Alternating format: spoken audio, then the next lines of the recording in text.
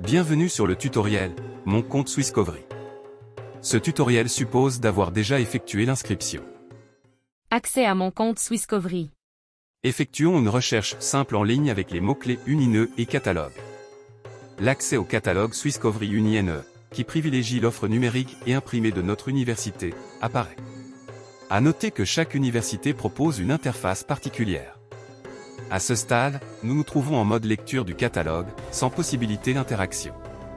Comme le signale la page d'accueil de Swisscovery UNINE, l'identification vous permet de demander des documents et des numérisations, de gérer votre compte et vos prêts, et d'accéder depuis le campus aux ressources numériques auxquelles l'université est abonnée. Attention, hors du campus, il vous faudra recourir au VPN. Identification.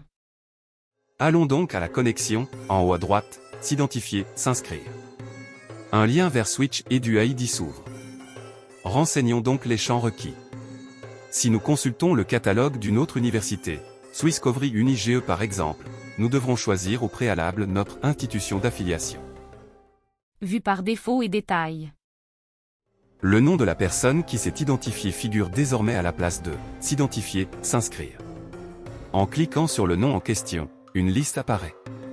Mon compte, mes prêts, mes demandes, mes renseignements et paramètres personnels, mes favoris, historique de recherche et langue d'affichage. La première ligne Mon compte ouvre l'aperçu, qui offre un survol du compte, bibliothèque par bibliothèque. Pour connaître mes emprunts ou mes demandes à Berne par exemple, il me faut activer le filtre à gauche de l'écran. Revenons à l'aperçu Université de Neuchâtel. En cliquant sur Prêts, Demandes, Frais, Blocage plus Messages, le détail apparaît. Ainsi je découvre que l'un des documents empruntés n'est pas renouvelable. Je pourrais renouveler le second. Mais ce n'est pas conseillé, le prêt se renouvelle en effet automatiquement jusqu'à 5 fois, sauf si la ressource est demandée par une autre personne. Je peux voir également la date maximale de prêt, au-delà de laquelle des amendes importantes s'appliqueront. Sous demande, il m'est possible, par exemple, d'annuler des réservations. Enregistrer mes favoris. Depuis Swisscovery, il est possible d'enregistrer des recherches. Cependant, sans identification, la recherche n'est enregistrée que le temps de la session. Par contre, si je suis connecté, ma recherche apparaît désormais dans la ligne « Mes favoris ». Données personnelles. Ce qui apparaît dans cette section est essentiellement le reflet de ce qui a été enregistré dans Switch et du ID.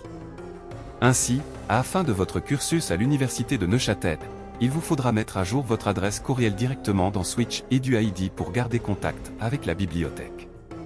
Par contre, vous pouvez enregistrer ici votre langue préférée dans Swisscovery. La langue de contact des courriels se définit, elle, dans Switch et du ID. Et bien sûr. À la fin de votre session, n'oubliez pas de vous déconnecter.